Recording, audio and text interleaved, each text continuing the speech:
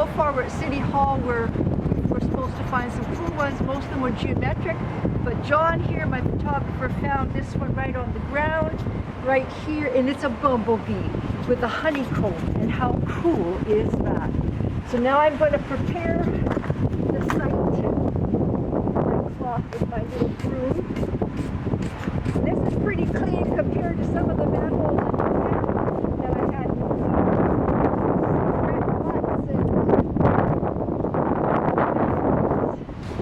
There you go. I want to do that clean.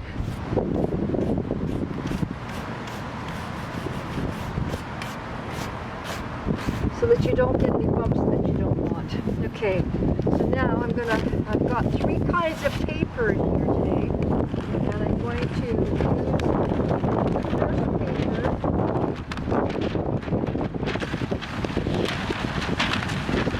Quite windy today. So we'll just do our best. So you lay this over top of the image that you want to do. Find an approximation on the paper that will be pretty well centered. Okay, and then put some items along it on a day like today to hold it down. Good thing I have some extra little things here. And these guys will stay. I'll put the scissors here. The bag. Okay, and so I'm going to start with a black wax crayon. And I'm going to feel. I love this art form because it's a feeling thing. So you feel as you're going so that you don't tear your paper. And when you sense that you've got a sense of the design, you can press a little bit harder. Always do it on the side. Okay, I got that. So I have to take my time because you can go through the paper so easily and put a hole in it. So you have to kind of take your time and enjoy the process. Oh, there's something there with the bee. I use my hands to figure out where it's going. It's not going anywhere there. Okay. And I found you got to be in pretty good shape to do this because there's a fair amount of kneeling. As you can see now, I'm not getting anything there. I wonder if that's paper. Aha! So I haven't pulled the paper all the way down on this. So I have to, I thought I did that at home. I think I did that with the other colors, but I just assumed that this one was done. Okay, so I lightly did that area. Now I'm going over in a more hard, pressing hard, but still careful that I don't slip and go tearing the paper. So you kind of press hard at your own risk, but you just have to take your chances. Okay, that's, oops, okay. Be careful there.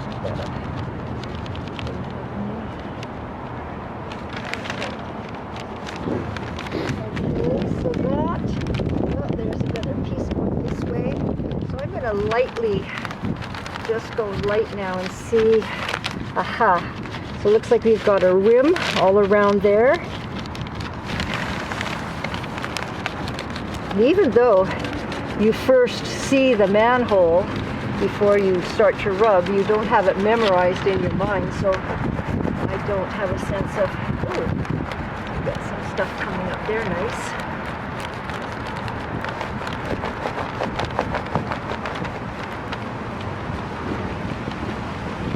Okay, I'm just going to go on this side now and finish up the circle. Okay, so I'm just putting up the last finishing touches here, all around, over there.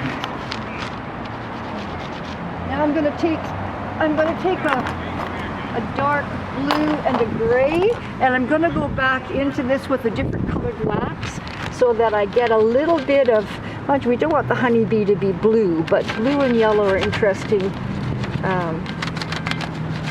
colors. I'll just put a little bit of this, just a little bit of blue. just a bit of blue. There we go. And I'm going to put some gray now. And pretty well. It's going to be hard for the paint to get through all of this wax, but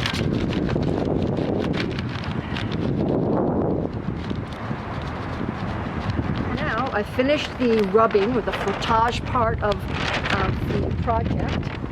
And so now I'm going to take photographs of the, it's pretty windy, take photographs of the manhole itself so that when I'm in the studio painting this, I can refer to it and do as much as I want the same or add my own feeling to it. So there you go. So step one, and then I'll see you in the studio.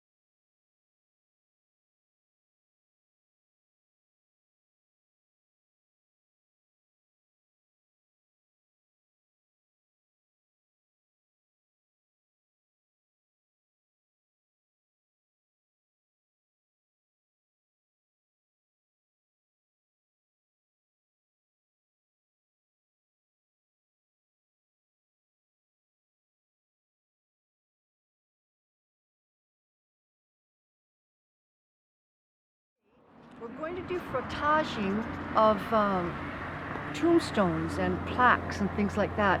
So we're at the Surrey Centre Cemetery, and the cemetery is 1906, I do believe. And we haven't even gone into the cemetery yet, and we found a really cool dedication to a heritage tree.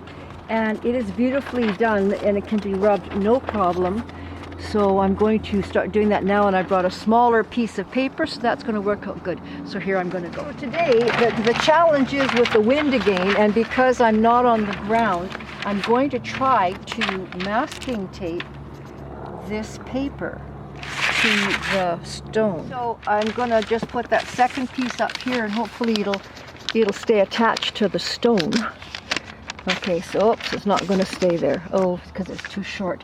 Okay, so you know what I'm going to do? I'm just going to, it's not windy right this minute, so I am just going to take my black crayon again feel with my hands what's happening. So I'll just do a light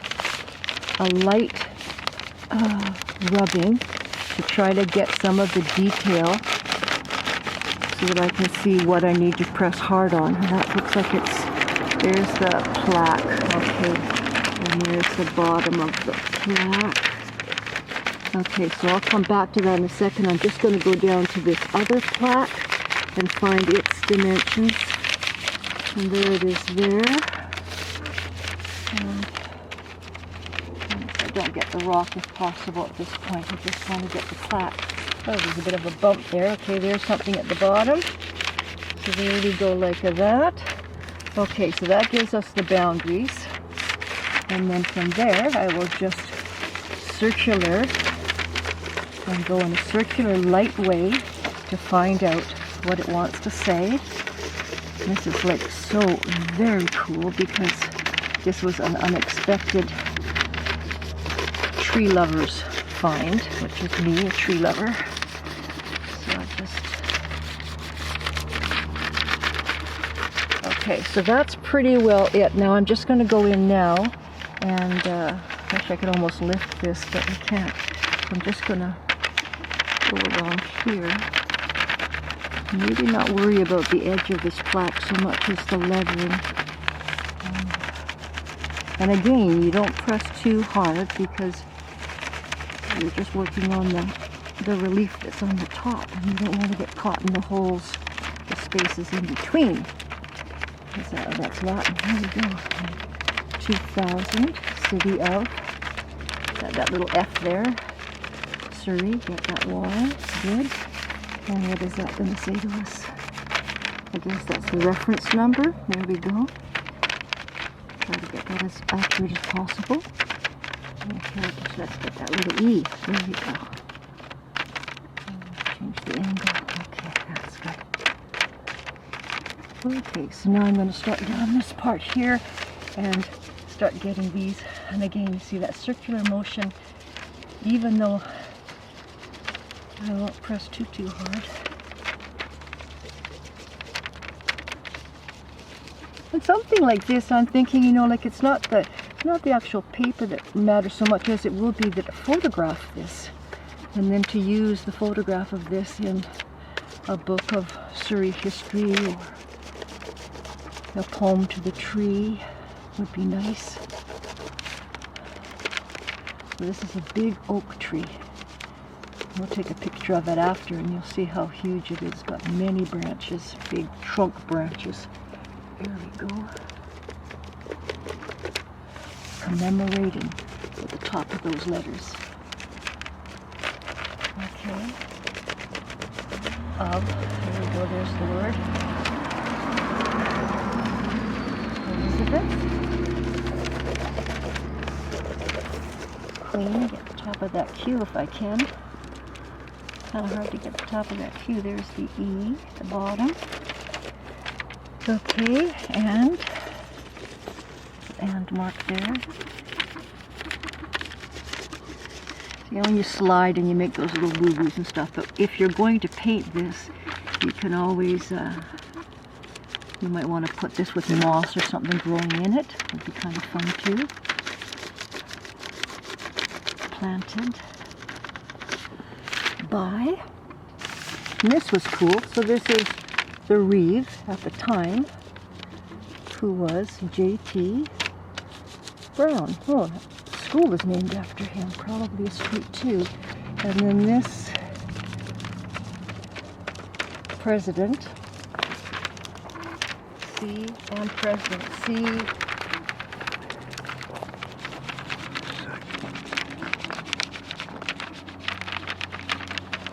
C. Rain, there you go, got him. Institute. Good on them, eh? President C. Rain of the Surrey Farmers Institute. Okay, so now I'm just going to go back in it, and I'm just going to try to get the plaque outline a bit better.